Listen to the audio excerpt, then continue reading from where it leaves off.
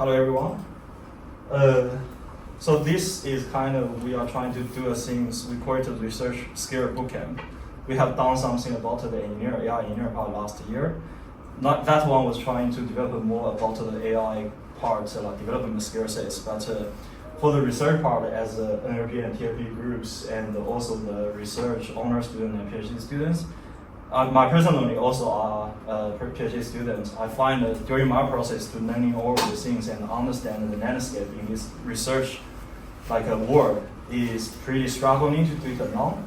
So it's better to get the ideas from very advanced people and some early career researchers and or some more nearly graduate PhD students. So people in different stages can share their ideas and makes you feel like you are not alone. That's what I'm feeling while I'm doing my own learning at the very beginning. I find nobody talks. You don't really know what other people was doing. So this basically is the purpose of this, and we're running every week. We're trying to deliver the content. So yeah, that's the goal of us. We want to share the experience and work together to solve the research challenges, and also get the experience about how can you independently to solve the problem. And we have a great team here. We probably will add more people here. These are a lot of researchers here, and some from Perlin, some from the model. We want to here in the UWA to build the research capability, especially in this AI area.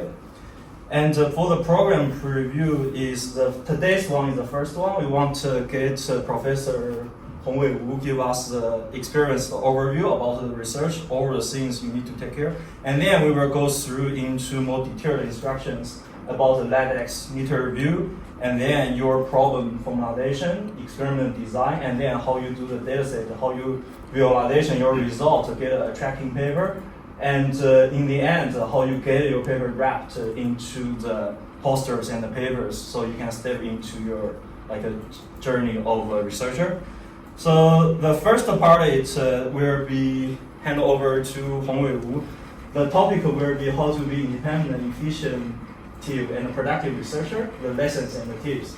So I think there are a lot of titles probably on top of him, but I think the most impressive story I heard is already have 40-some PhD students graduated. I think that's probably world record somewhere or also.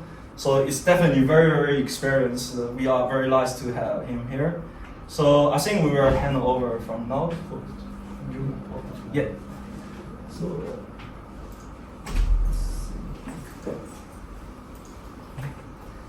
You have to share. Yes.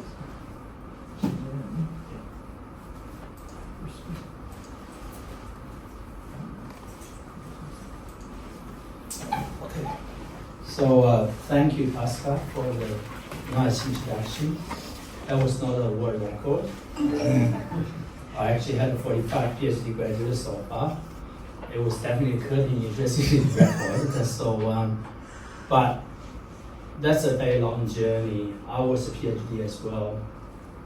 Keep in mind, everybody you are working with as an academic in the university, they start from undergraduate. You have to do a BE as an honors project. If you have to also do a master, there will be another probably at least 2 years, right? Then there's a PhD. Just for everybody's record here, where in Australia University, you want to be a lecturer in the university, you have to have a PhD degree. Okay, so that's simply that's okay. So today, I've had about 15. I have to confess to you, this is not built overnight. I spent time probably 10 years ago because I got so many PhDs, a lot of workload for me as well. I have to meet them every week. So I end up with graduate build up. I start from 10. I've had graduate build up 20, 30. They are being invited to different countries to talk about this alone a few times. So I'm very happy for the team actually giving me the opportunity to share this with you. So firstly, anything I do is not just myself.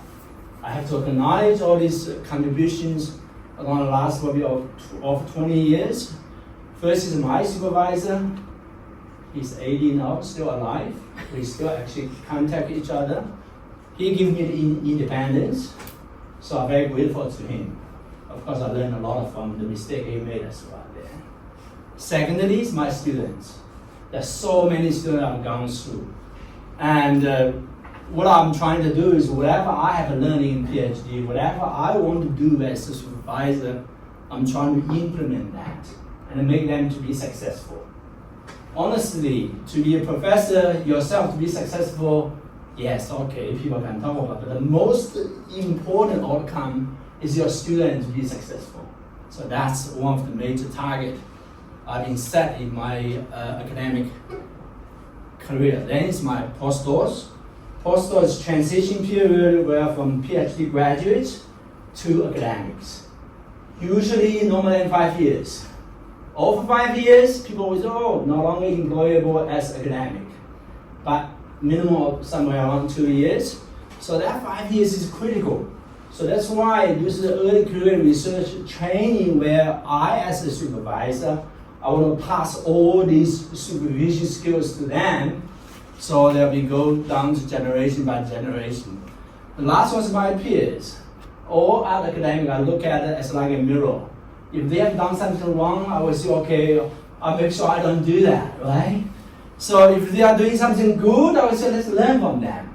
So it is sort of a mutual process there. So this slide, bear with me, is very important because it's not just about myself. So outline, firstly, quickly goes through my own experience and lessons learned as a research student. That was a long time ago. Then briefly go through what is actually research and why do we do that?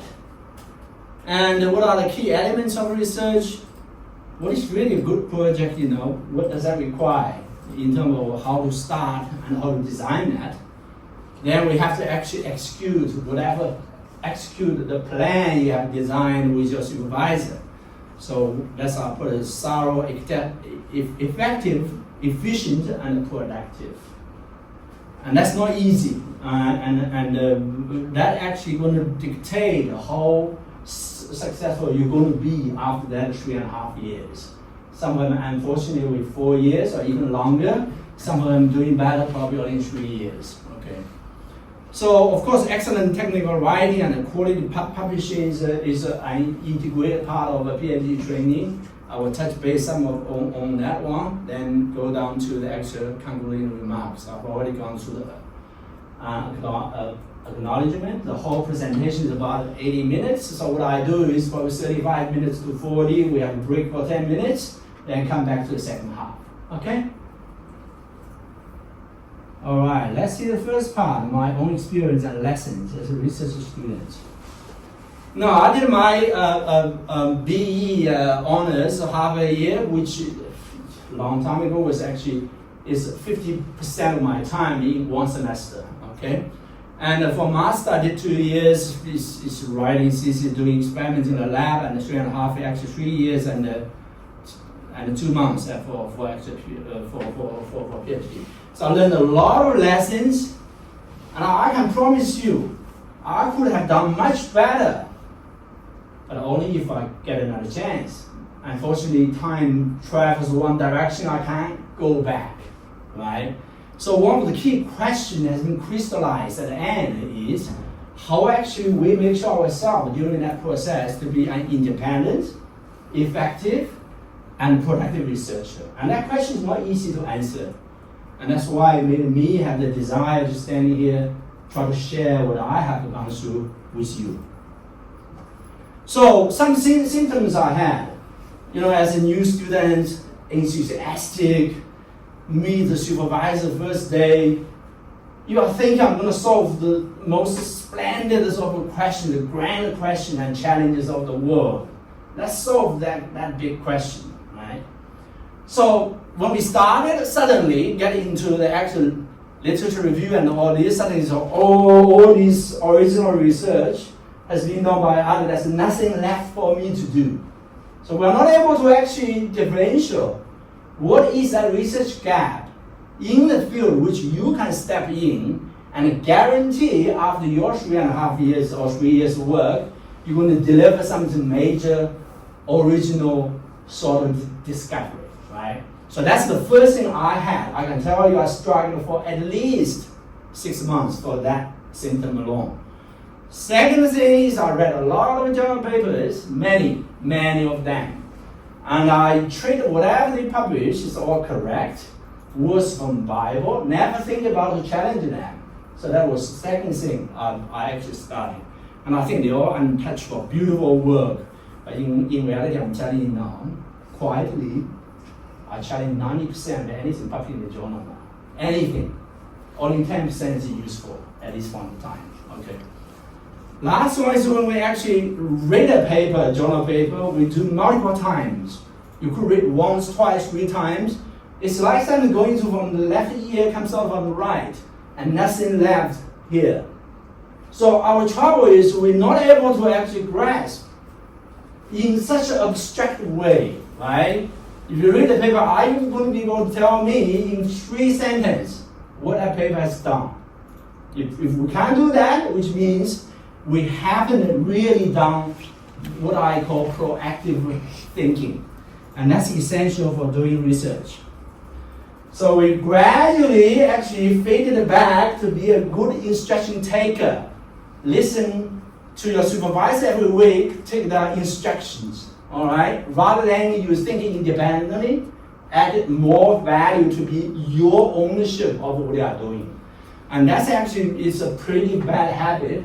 I had that for 12 months, okay? Always think my supervisor is going to save me. No, supervisor is not going to save you, okay?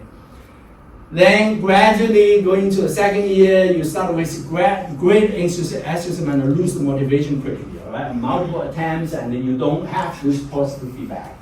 And that loop is actually many times are negative, and we couldn't write even a single document. The supervisor asked me to write an update every month. I couldn't write that 1 page. That's why I call it ineffective writing. So to sum all this up in terms of symptoms in a nutshell here, okay, in key words. Number 1 is dependent. You can't do it by yourself independently. This should demonstrate that, I mean, in my case. Secondly, ineffective. But we actually work very hard.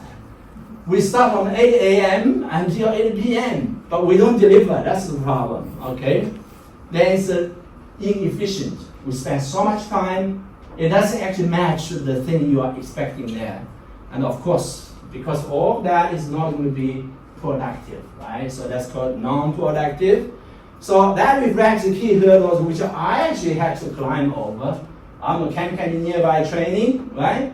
So we're talking about chemical reactions. For any chemical reaction to take place, you have to climb a chemical hurdle before. And I couldn't climb that hurdle for 12 months. And it's dreadful, frustrating. So that's why we need to start much earlier to understand what exactly we are doing here. So I move to the second part. What is research and why do we do that? So in probably in 9th or 10th century, the first university established. The university function, in fact, is to transmit the knowledge. Research is not part of it. Research is only later comes out, built into the research activity. So when we're talking research, we really usually talking about one or a combination of the 3 objectives. Either discover or create new knowledge, or develop a new technology or processes, or develop new products, okay? The type of research will be basic, it's all theoretical, science, Einstein's principle of relativity, that's really pure, basic science. But there's applied research where you use whatever those knowledge, science, and engineering applied to a certain process, okay? Then the actual development of certain technology is going to come into picture most likely in the 20th century, where now the project go down to a time something like 2 years or 3 years, probably longer, so up to 5 years. So applied research, usually you're looking at the commercialization of that somewhere around 5 to 10 years. Basic research, probably you talk about 30, 40 years, something like that, okay? But technological development could be just 6 months. A company comes to you, give you $1 million, if you have a team, do that in 10 months to hand over, something like that. So the objectives, sorry, I think I missed it, please. The objective for us to come to do a PhD is firstly get ourselves trained with new and advanced skills. Then we can learn, discover new or advanced knowledge. Of course, most importantly, challenge ourselves. Right? Challenge ourselves, not living in a comfortable zone or status quo, right? And transform ourselves into independent thinkers, and that's more important. And of course, at the end, is receive that certificate, right? Because that's what is needed to prove that you have done that training. And all this have to be done in a limited time.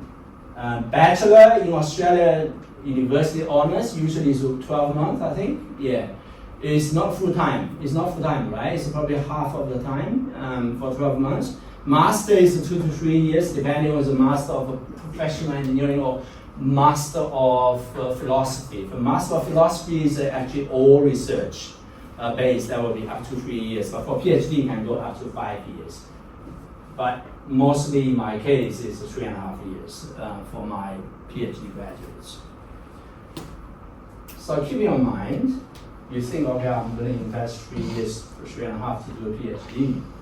I got a scholarship, and it looks good, but actually it's expensive investment. It's not, we invest our time, okay? We invest our golden age. Well, I see golden age is we end in the program from somewhere 22, 23. We come out about 27, 28, and that's suddenly going to reach 30s. It's not funny, okay? So that actually part of time is valuable. That's what I'm trying to say. Anything we do when we invest our time, there's always opportunity cost. If I don't do this, do something else, just put it that way, think about that. So we are investing our time, which is actually valuable, very valuable. And the research itself costs a lot of money. And I remember I counted all my PhD graduates per paper investment somewhere around at least $50,000 per paper published. Okay, so I have probably spent over $10 million in the last 14 million actually in research fund in the last 20 years. So a lot of money have spent. So we need to deliver something useful, which to show that the money is well spent. Okay, and of course, hard work is essential and are required. So before we actually enter into any research project, we need to ask ourselves 3 questions. Number 1, are we actually really interested in postgraduate study? That's number 1. Number 2 is, are we sincerely committed in postgraduate study? Now this is very important. It's like, a cup in life, going to actually tie a knot, right? That's called commitment. You're not going to go into a program, which is 3.5 years, and you're going to quit after 1 year. We can't do that. We need to actually make this successful ending, or happy ending at least. Last one is, are we likely going to enjoy what we will do? No, unless it's driven by interest. It's quite difficult to make a successful and happy journey, all of that. So this is important for everyone us to understand that. So anybody I remember in the last 20 years come to my office, say, Hong Wei, I want to do your PhD, I'll ask that 3 questions. If any of the answer is no, I will ask them to go back to have a good think about it, then come back again. It's not just scholarship, it's not just because I can't find a job temporary. You've got to make sure you are committed. So for any investment, return on investment must be maximized. Okay, this is important, which means there are some indicators here for that ROI. High quality publications that can be archived in the literature, we make a contribution to the knowledge and science. There's new inventions in the form of patents that could be commercialized in the future. For example, we have a few patents which are commercialized in a company. You are a shareholder of the company, then let's see what happens. You never know, okay? So then the improvement in the actual practical applications, good academic transcripts, most importantly, the smooth bridging between the study and the career path.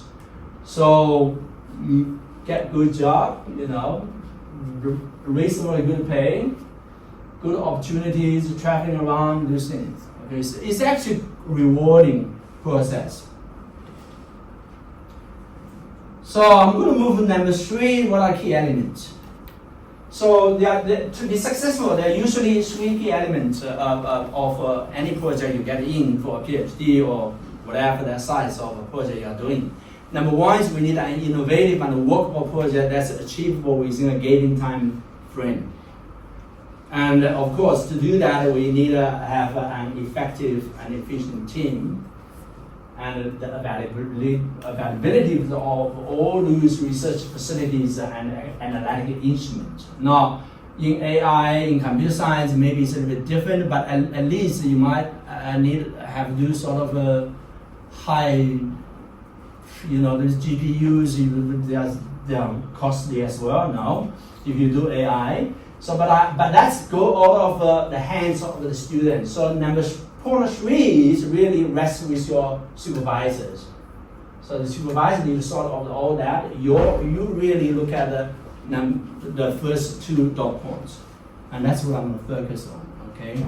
So what does that mean? That you need that project to be innovative and workable within that given time frame. No, it requires that project have very clear objectives, which means you know what to do, what aspects, what to do. And research methodology are clear and workable, which means that we know how to do, right? Now, when we know what to do and how to do it, we need to project it into a timeline. And if it's PhD, you talk about maximum 4 years, or 5 years in the worst case. Most of them 3.5. So we're really talking about we know when to do what, how to do, and with certainty. Okay. Otherwise, by the end of the 3rd year, you're going to start panic. How I'm going to graduate, right? Not managing to publish a good journal articles which to pay for you for your future career path. Just graduation itself is not an easy job. So, and in fact, research team usually you are the one who are sitting in the driver's seat, all right? Then if you are lucky enough, in addition to your primary supervisor, you might have a co-supervisor, you have a postdoc in the team which actually can give you help, all right? But in any case, any of them is all in the passenger seat. They're not going to do that for you. They are there to give you advice, all right? You are the driver. It is you going to make that work. So later I'll come back to see what is the role of the supervisor, So work hard is actually essential. But to my 20 years of experience, work smart is more important and critical. So when I say work smart, a simple question to ask is, if you're going to write a chapter of your thesis, which you might need to do some simulation for whatever AI application and all that, you ask yourself, how much case you run to write up that one? In a lot of cases, you only need to do minimum set of data to do that. But I had my PhD students doing experiments. Usually you might do 20 experiments to write a paper, but that student did 150 experiments, write a paper. What does that mean? It was not only in the lab we waste so much resources because every experiment costs a lot of money, right? Secondly, time has been wasted.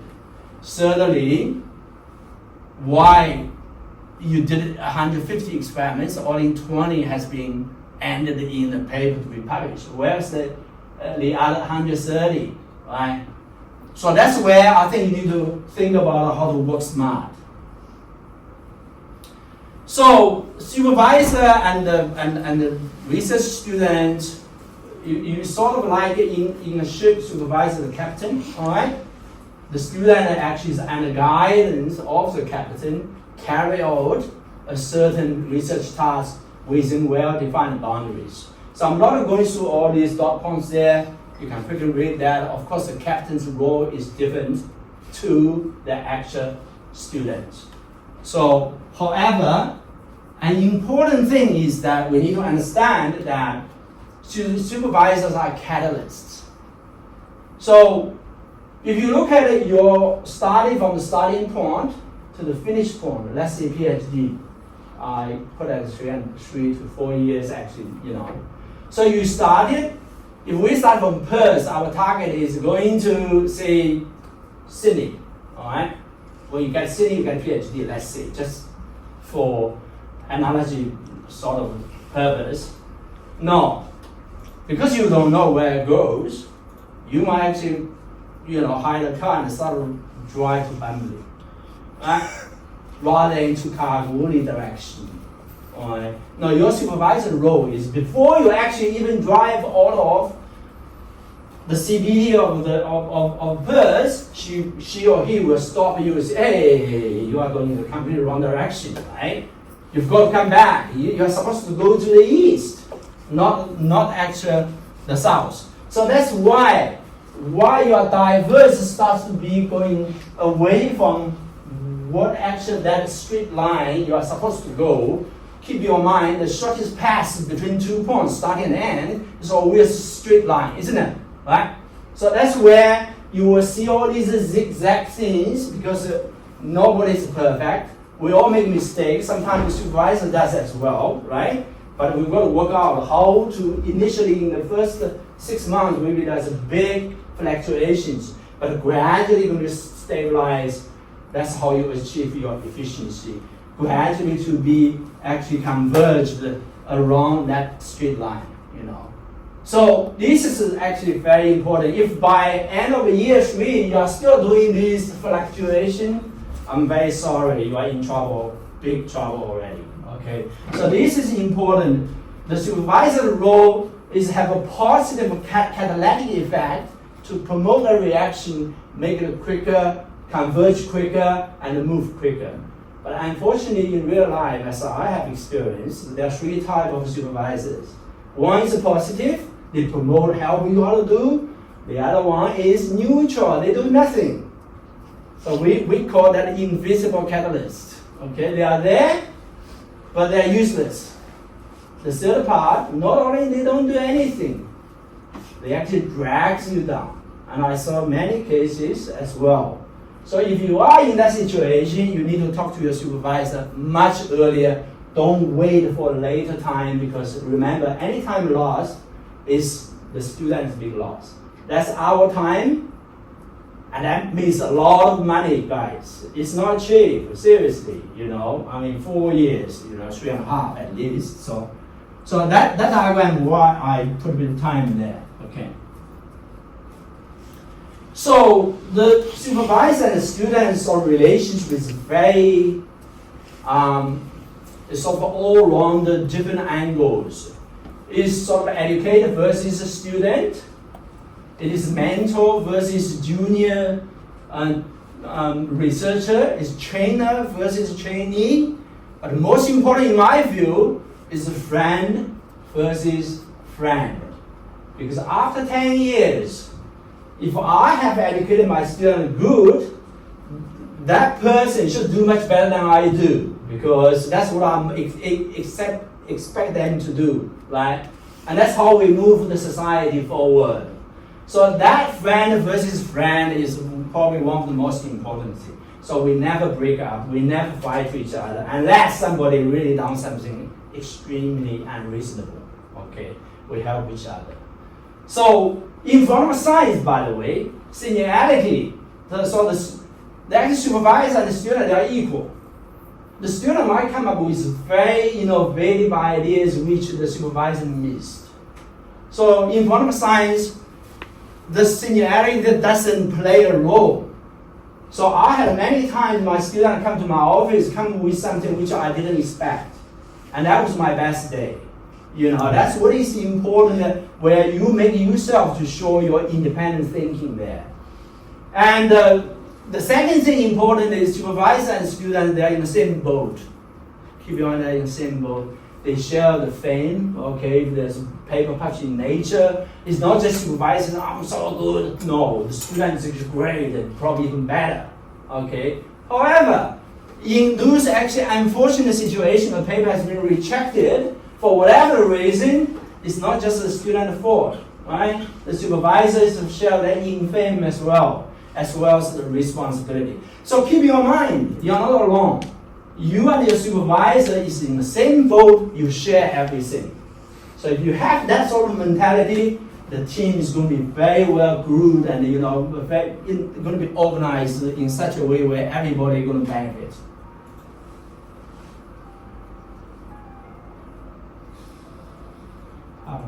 Let me move a bit further, okay? So number 4 is a good project requires good style and good designing. So this diagram I drew a few years ago, which to actually prove my PhD, what they need to prepare themselves to be ready. So the x-axis is the time in terms of you get into the research, either honors student or master student or PhD.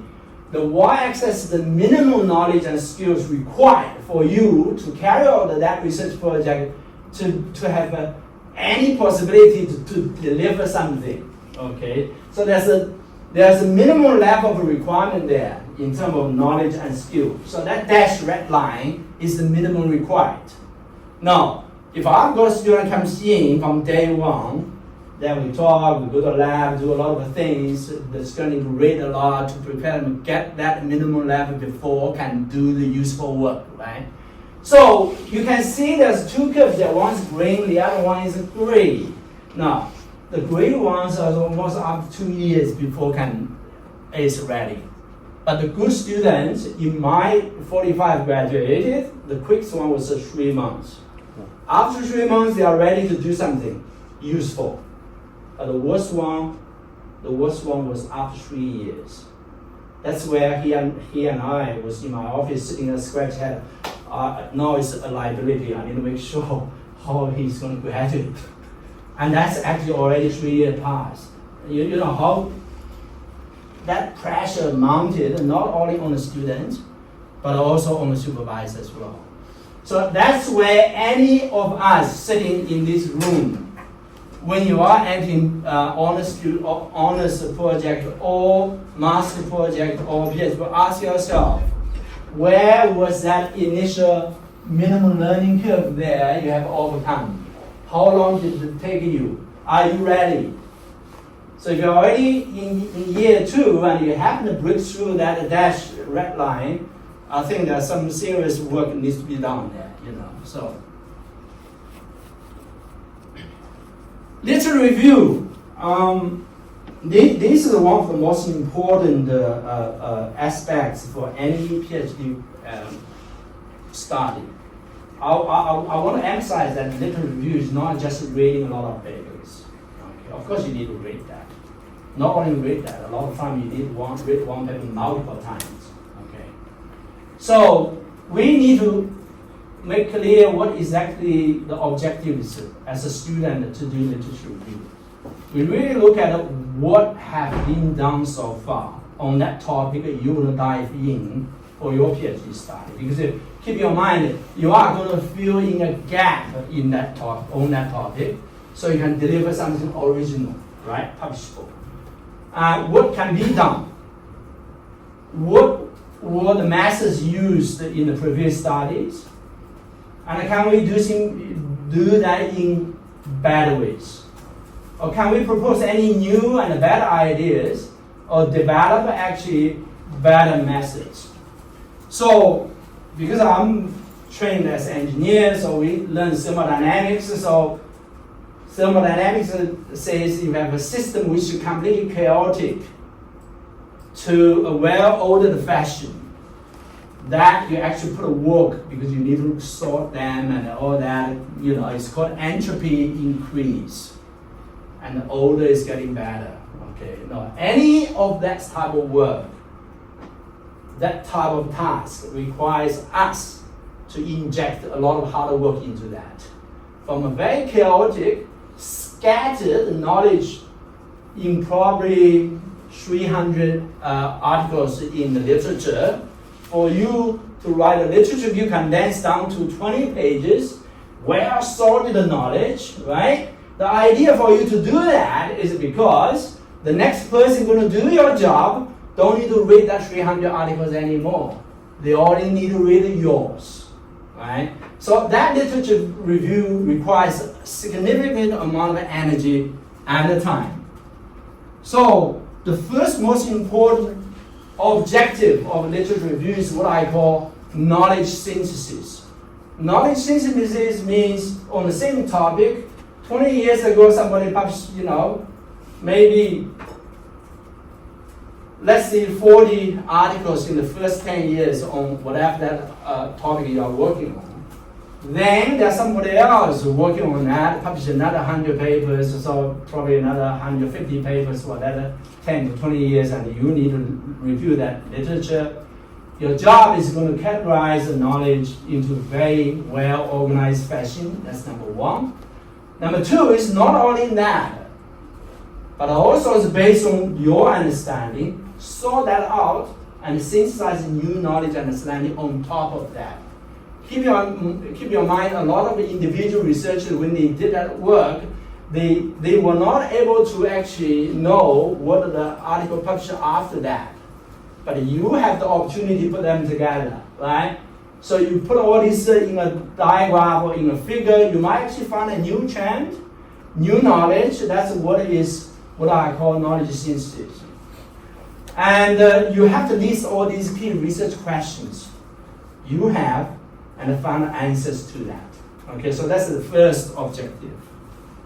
The second objective is what I call identification of the research gaps. Now, clearly understand knowledge, whatever there is one thing, but to identify the gap there which give you the opportunity to fill in is another. And that's actually not easy as well. And usually, literature review is not just done by yourself. In many cases, this gap identification arises from the meetings between you and your supervisor or the teams there, okay? Because your supervisor will cover much a broad sort of area. Once you mention something, it will start to click which links everything the dot and together. It'll be much easier to identify those gaps. Because you can identify the gaps and you know what the actual methods have been used in the past, then you'll be able to propose new ideas and the perspectives. One thing I always actually taught my PhD students is if you read one paper is using this method, and you read another paper, use method B, let's say A and B, right? The simplest way to ask yourself, can I actually put A and B together, marry that, to come up with a new method C, and that could actually deliver something which is unexpected. So that's what it is needed to develop a new methodology. Now, my understanding, my experience shows that without a good literature review, it's almost impossible or mission impossible to design and conduct a good research program. So that review is a continual process. It's not like you come in the first 6 months dedicated, 100% doing that. No, it's not like that. You probably dedicated 25% of your time doing that, but get into the lab, do the work, get whatever all these, get yourself familiar with the existing facilities, all that first. Then gradually, this comes up, that comes up, then or you will actually hit that red dashed line. Remember that horizontal dashed line. Once you actually cross over that line, you are the one going to deliver. So unfortunately, in many cases, a lot of them take too long time to go across that dashed line. Okay. I have some advice for you. Number one is bravely challenge the results and the methods in published a journal or conference or symposium papers. To my knowledge, the computer science publications, most of the important papers are published in conferences. And But in engineering, we never look at chemistry papers, so we only read journal papers. Okay, so but in any way, challenge them. The first time you read it, assume they are wrong. That's what I'm trying to say. Okay, that's number one. Assume they are wrong. The second one is ask yourself, if it is wrong, what can I do to address that problem? Okay, then you might come up with something new. Right? And try to force a synergies. Sorry, my pronunciation. Among published and reported methods used in different papers, as I mentioned, A plus B get out as C, and always ask questions. Always ask the question. If you don't ask the questions, then it's very hard to consolidate what you have read and all these. And always put it down writing. Literature review is a very lengthy process. If you read a paper today and you don't take notes for all those key dot points in one page, something like that, after 24 hours, you can remember 50%. After 1 week, 25%. After 2 weeks, you can't remember what actually you have read. So you need to put that down. Build tables, diagrams, put them together to actually look at, to put all this data together to see if you can come up with something new. And again, thorough thinking before action, don't rush. The way, I'm not sure in AI how you do that, but in our case, if somebody rush to the lab, every day we operate, it costs thousands of dollars, and if a mistake is made, it's going to be costly. So we don't want them just rush. We want them to have a very good think about it first, know what exactly you are doing, then start to implement the plan. Next one is avoid actually getting drawn in the information ocean. Now the way I'm saying this is if you're going to swim from Shanghai, let's see, cross the Pacific Ocean, is gigantic task, by the way, to Los Angeles. Okay. When you swim, you need to know where the lighthouse is, guys, because you're going to be lost.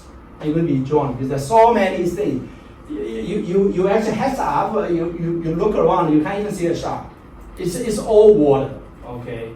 So you've got to make sure anything you do, you know where the lighthouse, right? So even we are getting closer by 1 meter, we are getting closer. Not actually either standing where it is, starting to paddle like that, or actually going backwards. All right, so that lighthouse is important. When you read 100 papers, ask yourself, what I'm doing here? How does those things I've read actually hinges on what the project I'm going to do, right? So that's actually a very important filtration process. And the next thing I would say is try to tackle the problems from the bottom line. Now, these look like very dry dot points, but it actually very relevant. I'll give you an example as engineers. I know you guys are AI and all this, but you're more on mathematics and all that. You see there's hydrogen molecule. There's another gas like chlorine, let's say, okay, or oxygen. Yeah? So hydrogen is very small, right? Because the atomic weight is 2, oxygen 16 or something like that, right? So when they start to react, going to a porous media, which there's any solid, it looks like a piece of solid, but they are not solid. They are porous inside, nanometers gaps and all that. So the actual molecule is going to diffuse from outside to inside. Why I'm saying this is important is because there's a lot of a chemical process where if you want any reaction to take place, that need to penetrate, reach the sites which can react. Okay? So how fast that migrates to there dictates how fast reaction is. I'm cut a long story short. Is you will see, okay, hydrogen is so small. That oxygen is much bigger. Of course, hydrogen is much easier to squeeze in. Right? Why I'm saying that is because that's from bottom line of chemistry and physics. No, the simplest way to tackle a problem is from those angles. We met a lot of questions which look like very complex, but if you distill that down to the actual fundamental science, the basic of physics and chemistry is very, very simple. You'll be surprised how simple that is. That's why the philosophers can always come back with some beautiful words. You see here, I kind of know that 10 years ago. Why I cannot say in that way? That's exactly what I'm talking about there. Okay? The next point is take a good approach in reading. Now this reading, it took me a long time reading. You got a new journal article. It could be 10 pages. This very small font size, strains your eyes, and sometimes frustrating. You can't get what they're saying. All right. So the important thing is in reading that book, what I call is you read thinner, then read thicker, then thinner again. But what I'm trying to say here is, okay, if you got that book, first you go to abstract. That's probably all in 250 words. Read that through. Is that relevant? Is that useful? If not, do that way. Very thin reading, okay? Because you want to actually grasp if it is useful. All right? If it is useful, the next thing you do is go to methodology. Does that make methodology valid? Does it make sense? If it is, here we go. It's time for you to dip into that, to read that thicker. Now, when I say read that thicker, it's not just spend 40 minutes to read the journal article itself. It also including the references, because there one sentence also will say this is leads to that, and you want to know why, right? And also cite something there, isn't it? You've got to go to read that. And the inside, rather than read a single article, you actually probably read 20 to understand that article. That's what I call thicker, right? After that, already one week passed. You've got to ask yourself, here we go, I think I have understood that paper. Am I able to, when I go to see my team members or my supervisor, just to say, I learned this beautiful article, and express what that key points in 3 sentences.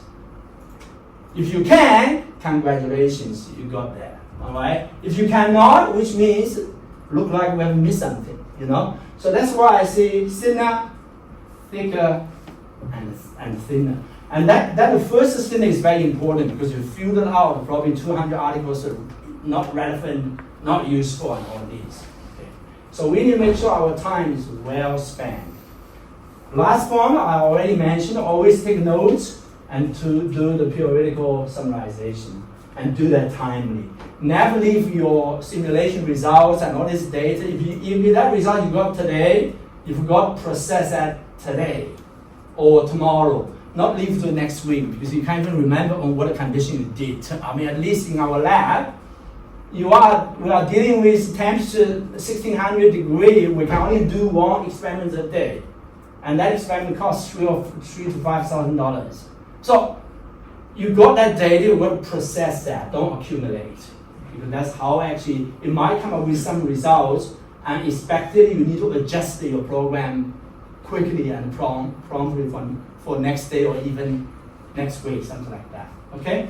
So I think we're going to have a 10 minutes break, then I will continue and finish what I want to say. If you have any questions, welcome to ask. Okay? Yeah. I'm not completely new in the field. And there's how do I actually quickly dive into the literature and align yourself and make sure my time is spent in such a way where I'm only reading relevant papers that can guide me quickly. So if you are new, the best way to do that is start from 2 or 3 classic review papers on that topic, the latest ones. Particularly those well-established researchers. You read from there, and writing review papers is a heck of a difficult job.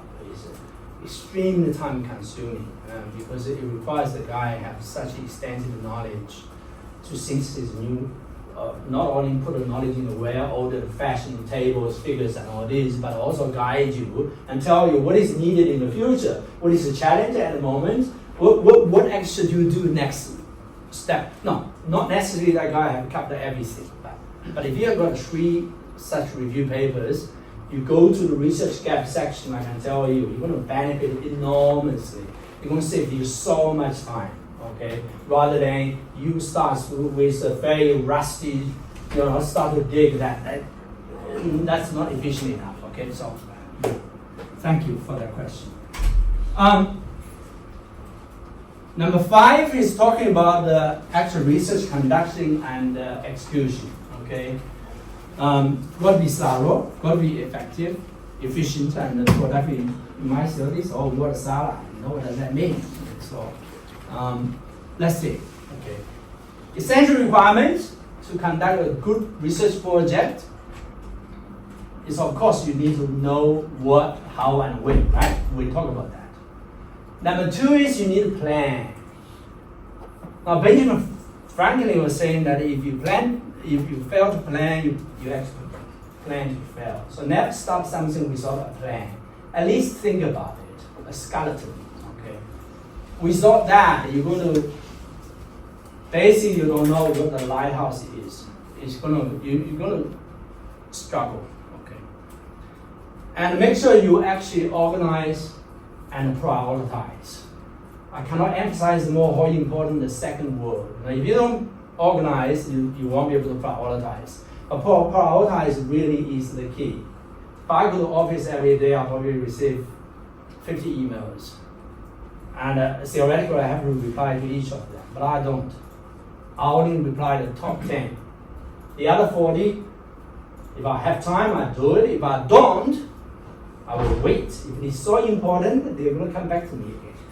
Okay, so prioritize is important each day because you only have that number of hours. You need to sleep, you need to eat, you need to go to the gym to do exercises. If you happen to have a partner, you've got to spend time, right?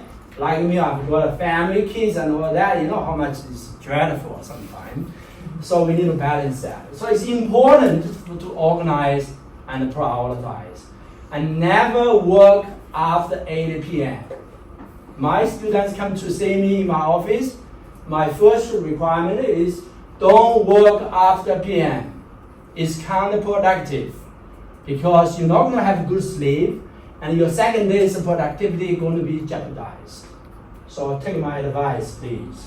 Make sure every day the battery is well charged. The second day is all fresh. That's what it is. Can maintain the productivity in a sustainable way. Okay? And quickly summarize, please. I cannot emphasize that. That is so important. Every week, if my student come to my office, we sort of summarize the page, even half a page, even dot points. I will say, I won't see you. You go back. We make an alternative time. And at the peak time, I have to meet 20 PhD students in a week. 20. And I allocate 30 minutes for each. That's already 10 hours, by the way. So, and each of them need to graduate, they need to publish papers, they need to find a job. And I cannot make my student get out of my office, graduate, go to the industry and say, hey, who is that supervisor? Did such a bad job. I can't do that. I need to make sure my graduates have that sort of a reputation there, you know. So that's why here it's important where you've got to have those notes taking. You've got to actually have a timeline, stick to that. If you miss it, that's fine. But work out why you miss it. Is that because I'm a bit lazy now? Or is that because I did something wrong? Or is that because in that 3 weeks, the methodology I'm taking is actually off the track? And that's actually very important. The earlier you figure out why that happens, the better for the long run. Because we only have 3.5 years, please. After 3.5 years for international students, start to pay tuition fee and all these things. It's not funny, okay? It costs a lot of money. Principles. Number 1 is conduct work that's systematic, complete, and self-content. Now, self-content means that if you write a thesis or write an article, you're not going to have a loophole open there. The reviewer is going to ask a question, you start to I'm not able to answer. And the paper will be rejected. That's what I call self-content. Of course, to be self-content, it has to be systematic. You need to think, where in the bounds? Did I actually miss anything important there? If I thought of, but there's a full stress going in my paper, I'll probably pretty much have to tie the 3 of them. Does the other one look like it's a bit loose? What are you going to do? Are you going to take that out? Or are you going to actually, let's take a punt. And usually taking a punt is not going to work. Right? You either close the loop or you take it out. So it is actually dangerous when you actually speculate when you write your thesis or you actually write your paper. You cannot speculate. Once we start speculating, they ask you, show me the evidence, and you can't. Okay? And realize innovative design of the sample matrix and facilities. I'm not sure this is going to be that relevant to what you guys are doing, but I can give you an example. Okay? So if I'm dealing with a system which maybe have 4 factors, all right? Usually you will see, let's fix 3 and only change 1. Let's see how that goes, right? So what we are trying to do here is we're trying to make the system simple, but not really simpler, okay? So it's important to design in that way so you can actually have a concrete sort of evidence to support a certain conclusion you are going to draw, all right? I don't know, I cannot give you an example in AI. Unfortunately, I'm not in that field, but your supervisor, your team members later maybe can give some of those examples. And we will design that system or the methodology in a way which is innovative, which is go above whatever is being used. I think that's probably more relevant to AI. And if you look like nowadays in the US is go down to how many GPUs you have, the actual computational power. But again, not just computational power, the actual method is also important. If you can distill the knowledge generated from the preliminary raw data, that could be even faster. So that's where the actual new modeling approach, new methodology actually comes into the picture, right? And of course, employ any advanced methodology. For example, if there's new instrument to actually detect something which the existing one cannot see, of course, anything you see is new, right? So that's why a lot of us engineering area, the scientists, they are working on that. If there's new instruments, let's get that one. So we have a renewed understanding for existing sort of problems people probably already working on for the last 30 years. Okay, so that's more relevant there, in terms of the new advanced methodology. And that's why Australian Research Council have a special scheme called Linkage Equipment and Facilities.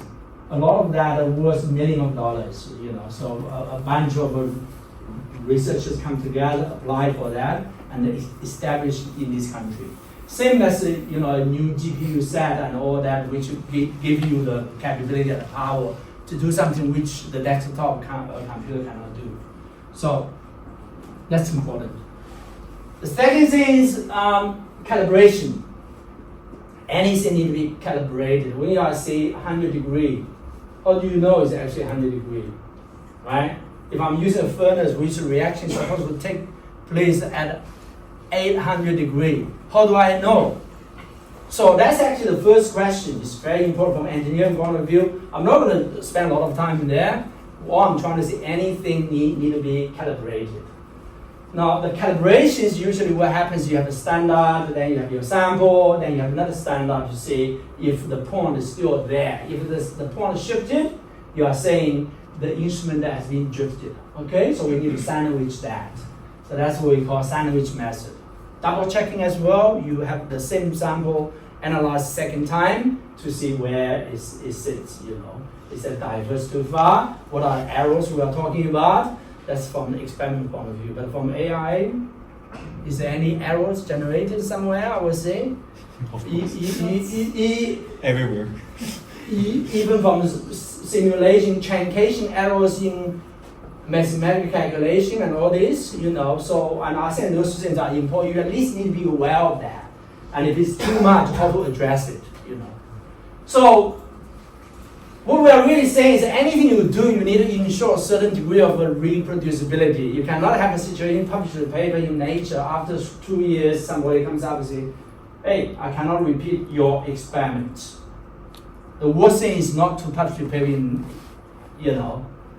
it's actually you publish and you reject that. And that's going to attach is like something, this guy is a criminal on your back for the rest of your academic career. So we cannot afford that.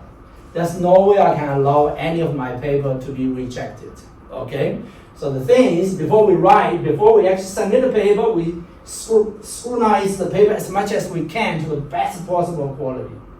Once it is submitted, published, we're going to defend to use my life. It is all true, okay? So that's sort of thing. So you can only scrutinize before it is published. After published, you've got to stand by the unless you have nothing to defend, then I'm sorry, so. Occupational health safety, is that relevant?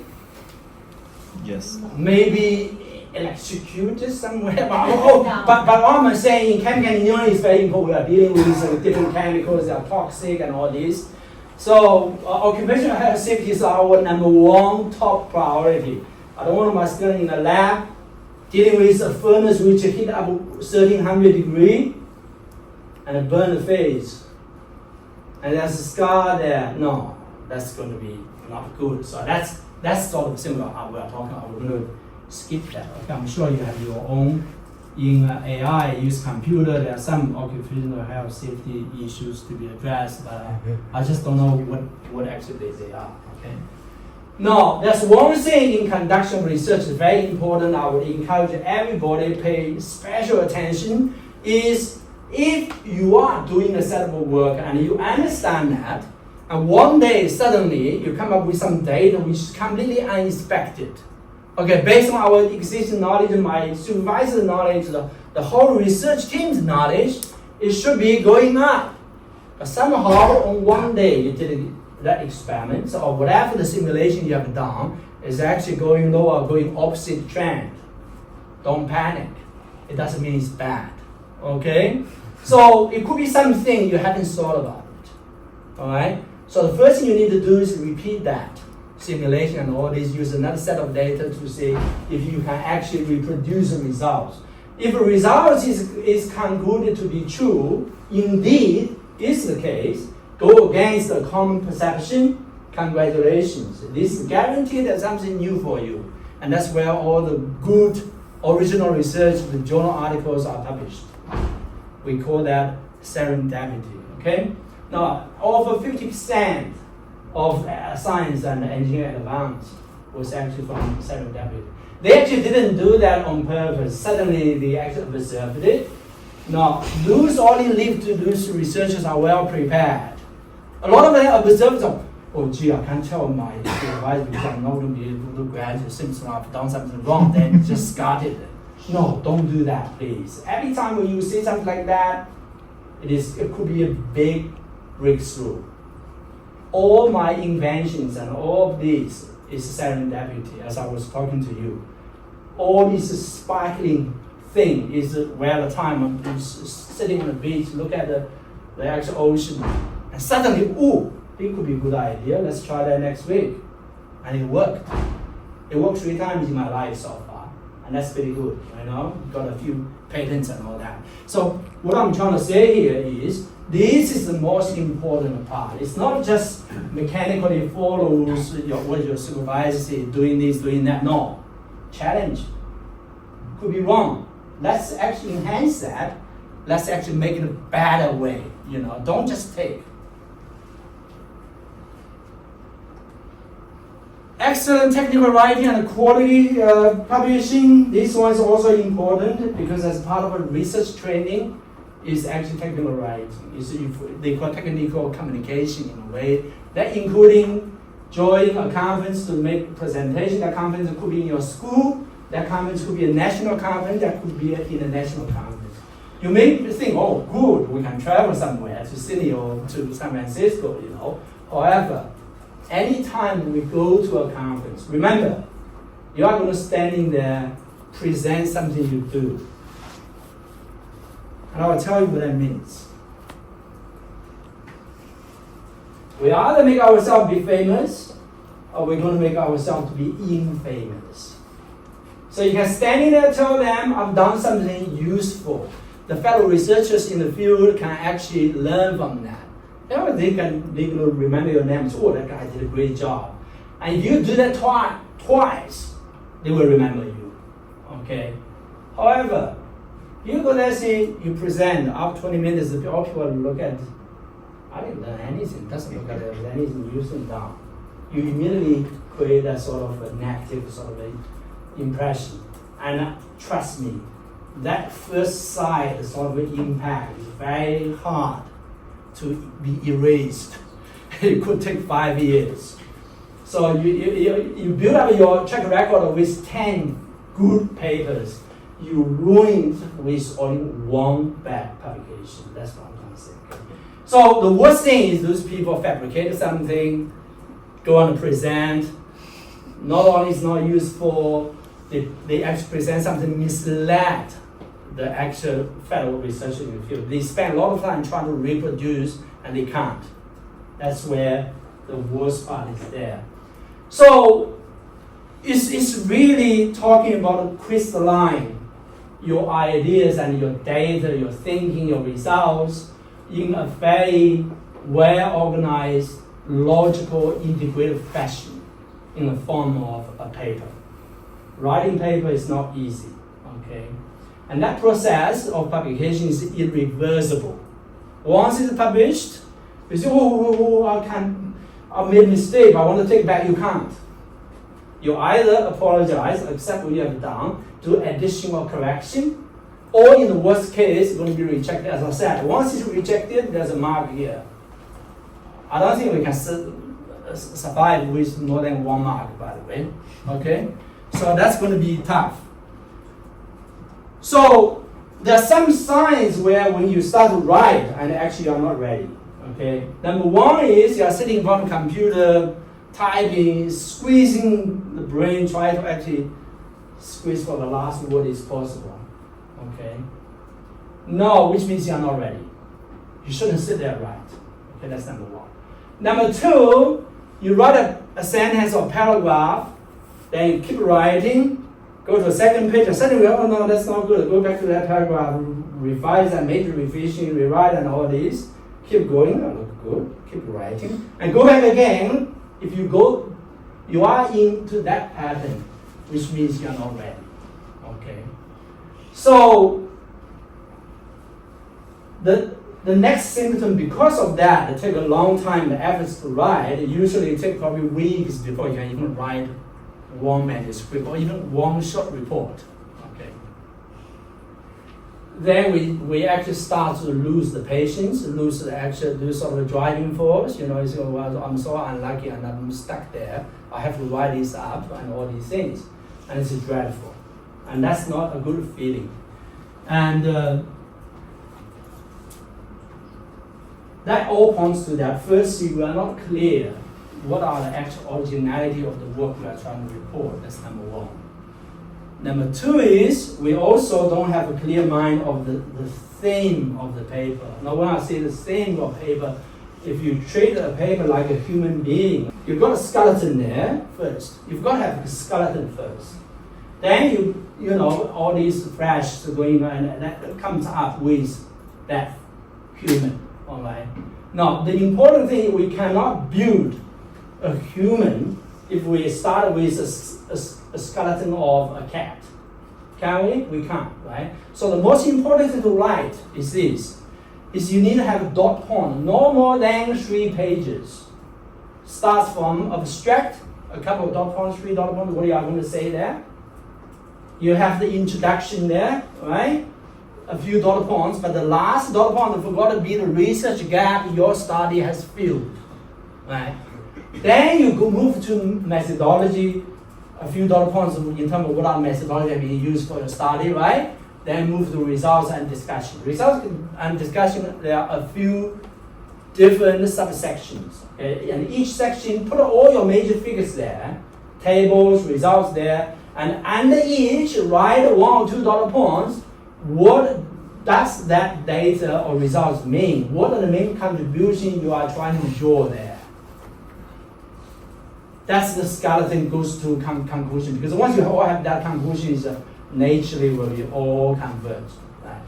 Of course, there are acknowledgement and all these things, ethical consideration. If you use the AI, you have to declare and all these reference list need to be actually properly built and all that. But again, what I'm trying to say, before you write, have normal length 3 pages, dollar point, start from there. Okay. And most of the writings, they only report a pile of data, say, okay, this change, that goes up, this change, that goes down. They don't tell you why. That's where the in-depth discussion are missing. And in-depth discussion is not just actually talking about what the results are. It actually should be linked and supported with the previous study plus the bottom line, the chemistry, the physics, or anything, the mathematics or models or whatever that is to support what you're trying to say and make that to be systematic. Now the worst paper I've read is, and somehow some of those are still published, there's too many journals now, too many conferences on this. You see, this result, the result report in this study agrees with blah blah in previous studies. You some kind of ask the questions. If somebody already published, you agree with it. Why are you doing that? So never do something like that. You need to say, this is the first time in the field. This is the original contribution. This is the discovery, right? You fill that gap. So if you already sense in after 1 year, in one set of work you do is agree with somebody, guys, please. You need to lay back on your chair and have a good think about that. So that's what I was talking about, how to do excellent writing. It's all about that crystal clear of the skeleton, accumulate that. Is constructing the logical flow of the paper and put that into a document form, maximum 3 pages. So in my case, of so many PhD graduated, I have never had a situation my student come to me with 20 pages of manuscript. I was to go away. So because I know it could land on me on such a gigantic amount of work, I cannot start correct every sentence before the skeleton shows me is a human rather than a cat rather than a human. Okay, that's what we're looking for. So it's important here. You'll be surprised. You know what is the most difficult section to be written? It is actually introduction. Because that's the section you're going to demonstrate to the editors or to the content organizers. See, firstly, there's a gap in the field. Secondly, what I have done, I at least filled some of these gaps. It's not just A did this year, B did that in that year, C did this, so I do this. No, usually that one goes through. You will see these have been done in this way, and there's still a big question not being answered now, blah, blah, blah, and all this. We have no new method to answer this question. And we are fortunate, somehow answered even partially. Okay, so that sort of things. You've got to identify the key gap and emphasize the research gaps to be filled by your study. The main objective of that section is to justify why your paper is publishable, right? So that's actually the most difficult part. The methodology part usually is not a problem. It's a matter of how you actually write it to be concise and all that. Even the results and discussion is relatively easy because you got your figures, you got your tables, you can compare, you can discuss and all this. But introduction is a set of tone, okay? So this is extremely important when you write that section. Don't exaggerate as well. Make sure you use a conservative tone because those experts in the field, they understand that.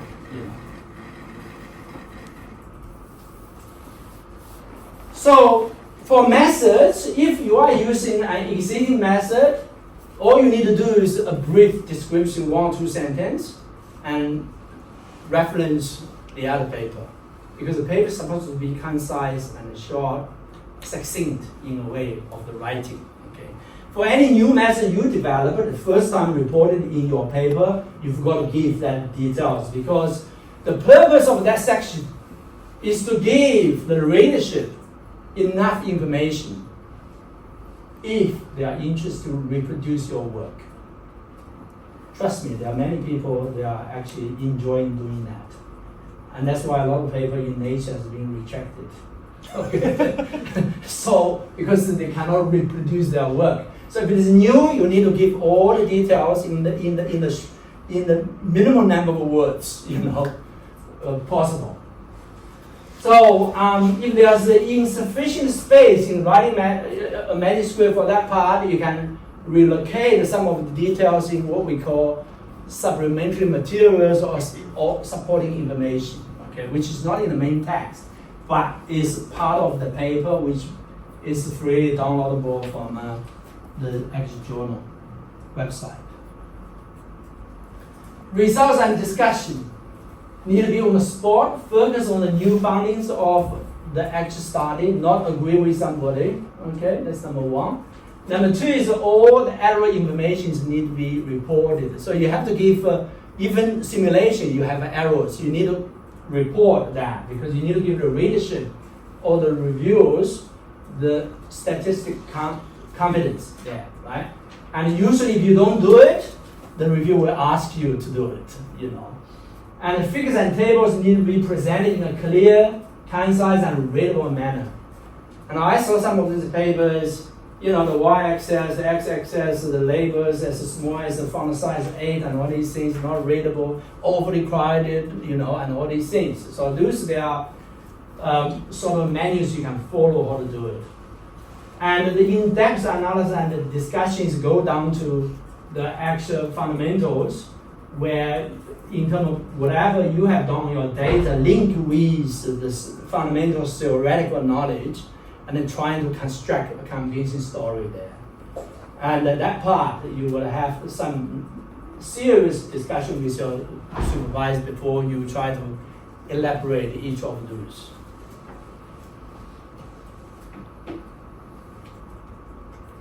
So one thing I usually will tell my students starts the first time to actually write any papers is that you need to construct the paper in such a way it flows actually fluently. So what does that mean? If I'm the review of your manuscript or your thesis, I start to read. From first page I start to read. Immediately catch my eyes and I just keep reading. I couldn't stop myself. I can't help. It's so good. Keep reading to the end. Suddenly, it's finished, 200 pages. There was one record I set, read a new PhD thesis, I spent 40 minutes. And that was such a good PhD thesis. The key is, you need to write in such a way, guide the readers, flow them through. It's like a bucket of water. You kick it, it tips off, the water just flow like that, right? Non-stop until to the end. Don't give them a chance to stop in the middle. You know why? When they are stopped in the middle, usually they're going to come up with a question you will not be able to answer. So that's what we need to do. So particularly in writing, this paper need to be peer reviewed. You need to polish those in such a way, logically, not just actual words, and not just English, okay? So it's important that you have to, from the start to the end, smoothly. That's number one. Number two is any statement we have made in the manuscript or in your thesis, it has to be either supported by literature, any article support that statement, or supported by your own data. Now, any statement we write there's no support and all this, we call that speculation. Now, minimum amount of speculation is allowed in writing scientific publications. However, that must be minimized. If you write more, as I said, the review will come back to you. Show me the evidence. You are saying the moon is bigger than the sun. Show me the evidence, right? So that's what is important. Well, it could be wrong, right? But if there is an article demonstrates Earth is flat, let's say, you'll be surprised that people are doing that. We would have that sort of basic knowledge to actually scrutinize and to understand. So that's where we need to make sure everything is not speculation. What I'm trying to say is don't reference the wrong ones, please. have to be the correct ones. Okay? And that speculation needs to be minimized. Conclusion and abstract are different.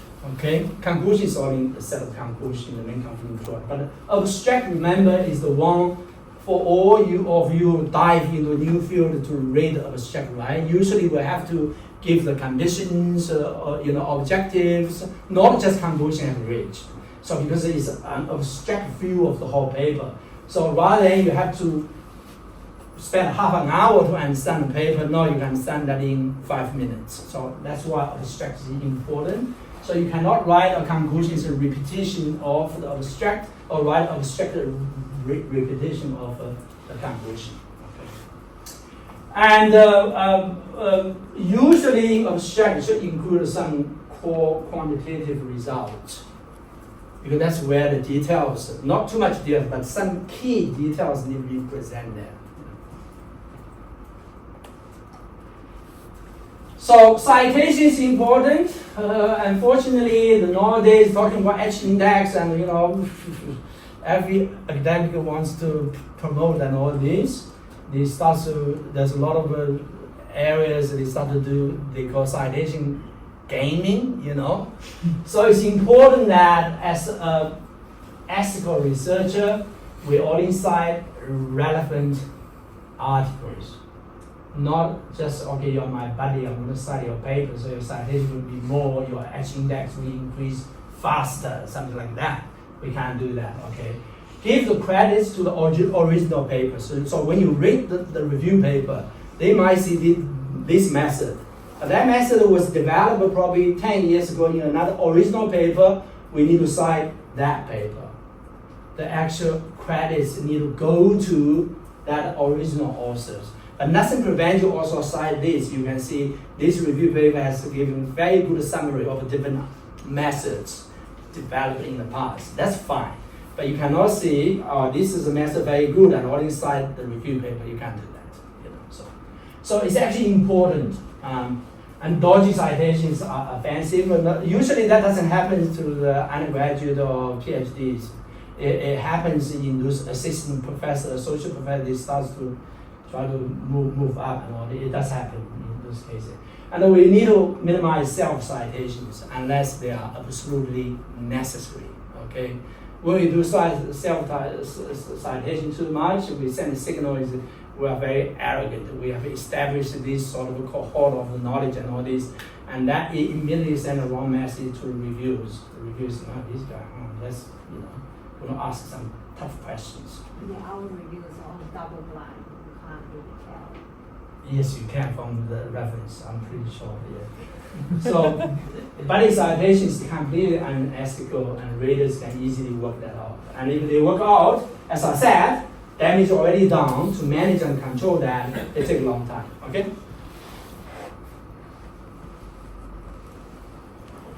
So, English. You can see English is my second language, and I struggling in writing emails. I cannot. Every day I write 20 emails. There could be one email that's grammatical errors and all that. I apologize to everyone. So, but technical writing has nothing to do with the language we are speaking. Okay, technical writing is actually logical skill. If you come from China or somebody come from Spain in Spanish, let's say, if you can put that in Spanish in a logical way, that's no problem. Just write it. You can still have a very good logical integrated story. I have many local Australian students, first class honors students, like among that 45 graduated. But the actual technical writing faced the problem are exactly the same. Okay, and I see your BootCamp, there's a program which week you have a specific technical writing there, right? So I'm trying to be quick here, So the best way to learn how to write a good paper is read a good paper and follow and learn how they write it. That's how I started. Of course, it's not a one-off job. You might have to write 3 or 4 or 5 papers before you actually can write a reasonably good one. But that's why in the initial training period, your supervisor, your team members are there. I end up within 1 year, every week I have to look at the manuscript, I have to correct every sentence, every paragraph, every figures I have to comment. There were hard lives I actually had, and I'm pretty sure all the supervisors experience this sort of a period of each new PhD student. So the first paper, first and second, usually you cost supervisor a lot of hours to burn the midnight oil at that time. I don't do that anymore, by the way. So published 20 pages, to be honest. So one thing important is any sentence you write need to be guess tight. When I say guess tight, if you write that sentence, if it takes 10 words to write a sentence, you're not going to use 11, you're not going to use 12. It's 10. And then guess tight, which means you're not going to go back to make major revisions. Now the way to achieve that is that's how I write a paper. I will spend 3 weeks think about logically in my head in 3 weeks. But when writing, I'm ready to write a paper. I don't do that anymore. Okay, in early years, not all PhD writes and with dot points and all this. But when I write those perspective papers like that, I was 3 weeks thinking, and 1 week sit down and write once off. That's it. Then I will hand that to somebody to correct my English. Maybe some service you pay $500. Maybe if my wife is very good English speaker, can do that as well. So, but what I'm trying to say here is that writing is more about how you prepare yourself logically ready. Your understanding of the data you have generated, what are the gaps you have filled, what are the fundamental chemistry or whatever that is, the knowledge, you can assemble them together in a cohesive sort of fashion. Okay? Avoid writing long sentence, please. If you have one sentence across to 3 lines, please, that's not a good sentence. Break that up into short and concise sentences. So, also remember that don't rush to write. Also don't delay because you need to graduate, you need publications. Most of my PhD students, by the time they write thesis, they already have 4 journal papers published, so each converted into a chapter, and that's it. So the time for them to write thesis is usually no more than 2 months. That's it. Then you can be off. So that's important. If you are ready, don't delay, please, because once you start to delay, you cannot remember. Ethical standards need to be followed. Consider use there's called eye scientific scanning to avoid pitfalls. Because sometimes when we actually write literature review part, we have this tendency look at what author says and unintentionally, copy some of these words. But if you scan that through, it tells you, okay, where I got an overlap, I can reward that and all this. Just give you some idea, I'm the actual editor-in-chief of one of a very big journal in chemistry, which is from our standard, is any consecutive 7 words identical, it could potentially plagiarism.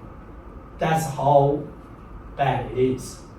But we execute that thing not actually that strictly. There's a lot of cases it is sad that it's already 4 words, right?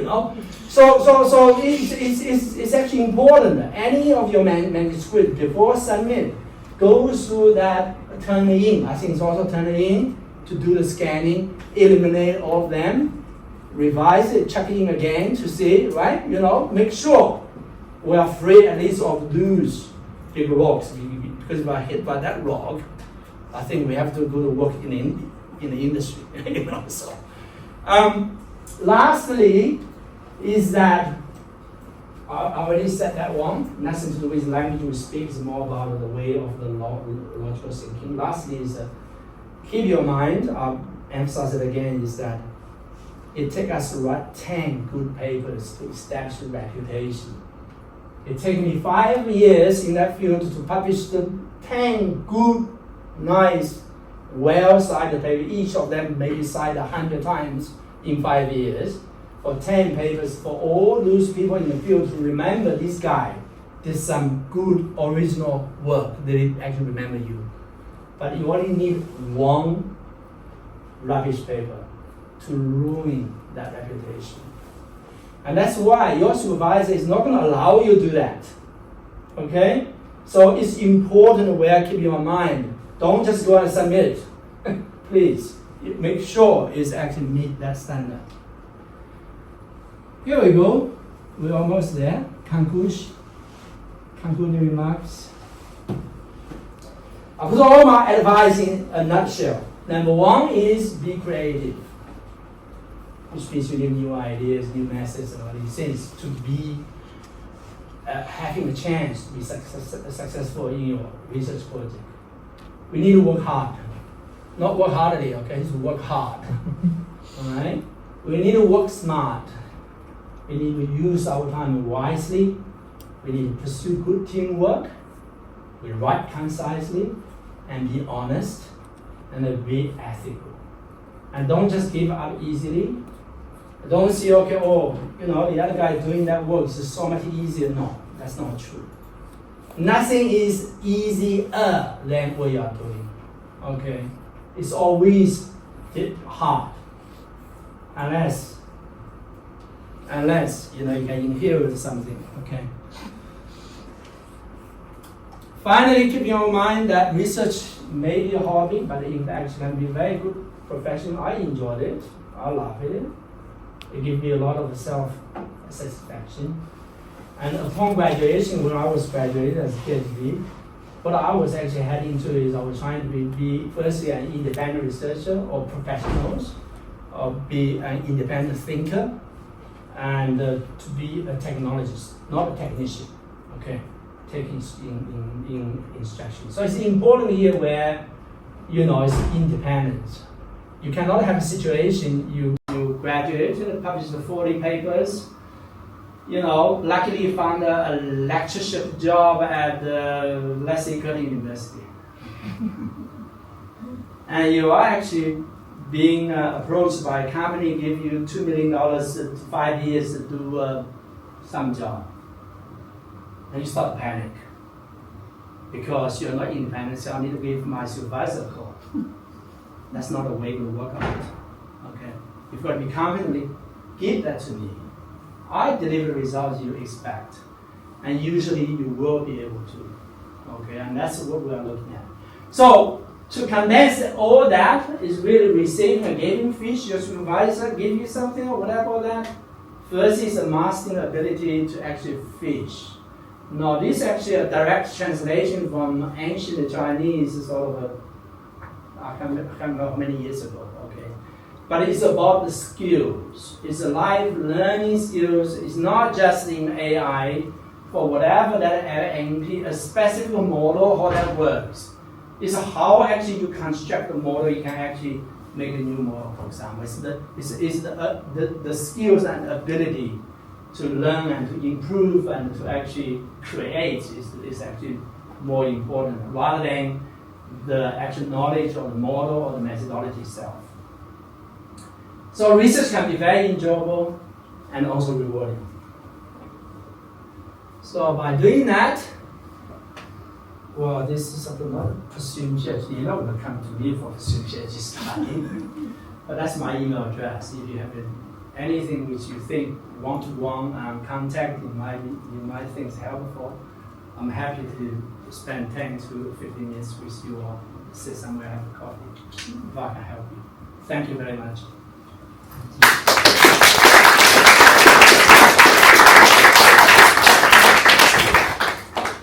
And you might attract someone to do a PhD with you.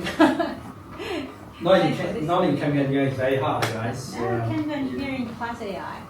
Oh yeah, that's a very hot topic at the moment. Yeah. Or will be energy plus AI. I mean, I have 5 full scholarships there, sitting there waiting for first class honor students to pick up. Apply the AI in the chemical. one or couple of them is actually. So it's I mean, possible. that could be like a reason to. I mean, finding catalysts is a very hard job. I mean, You mean finding? finding catalysts. Finding It's catalysts. a very hard job. I mean, I'm sure there's work with AI too. Oh yeah. There's what they call pre-screening, which AI can do that. So, it's all about you go to the periodic table, transition methods, and all these. Look at all these, scanning that through. What are the possibilities? At least filter the probably 80% out, and 20% left. Then you start to construct, use the chemistry and the physics, the knowledge. There are big groups that are working on that, spend millions of dollars. Any questions? If I provide you too much information? Anyway. Questions? No more? Let's put our hands together for the